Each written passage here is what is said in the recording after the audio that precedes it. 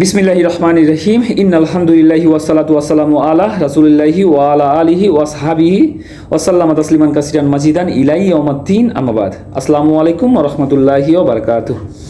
আল্লাহ তাআলা সূরা বাকারার 158 নম্বর আয়াতে বলেছেন, নিশ্চয়ই সাফা ও মারওয়া আল্লাহর নিদর্শনসমূহের অন্তর্ভুক্ত।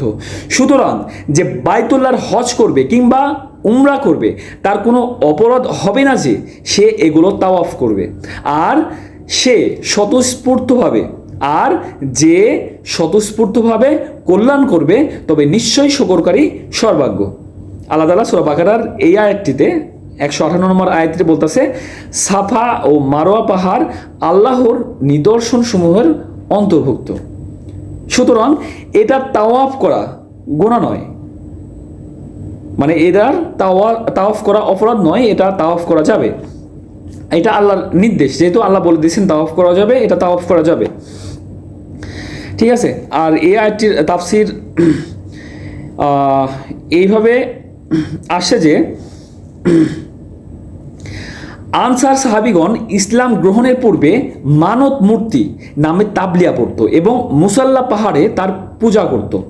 মক্কায় পৌঁছে এ ধরনের লোক সাফা মারওয়া সাই করাকে পাপ মনে করতেন। ইসলাম গ্রহণের পূর্বে যারা ওই মুসাল্লা পাহাড়ে মানত মূর্তি পূজা করত বা তাবলিয়া পড়তো, তারা যখন মক্কায় আসে এবং সাফা ও মারওয়া পাহাড়কে তারা সাই করা দেখে, তখন তারা মনে করে যে এটা একটা পাপ কাজ। কিন্তু তারা যখন পরে ইসলাম গ্রহণ করে তখন তারা রাসূল সাল্লাল্লাহু আলাইহি ওয়াসাল্লামকে জিজ্ঞাসা করে যে এই ব্যাপারে সাফা মারওয়া পাহাড় সম্পর্কে, সাই করা সম্পর্কে জিজ্ঞাসা করে। তখন এই আয়াতটি নাজিল করেন আল্লাহ তাআলা। আচ্ছা, যে এই নাজিল হতো যাতে বলা হয়েছে সাফা মারওয়া সাই করা গুনাহ নয়। সহিহ বুখারী কিতাবুল হজ পরিচ্ছেদ সাফা মারওয়া সাই ওয়াজিব। আর আল্লাহ তাআলা সূরা বাকারার 158 নম্বর মানে এই আয়াতটিতে তো বলে দিয়েছেন।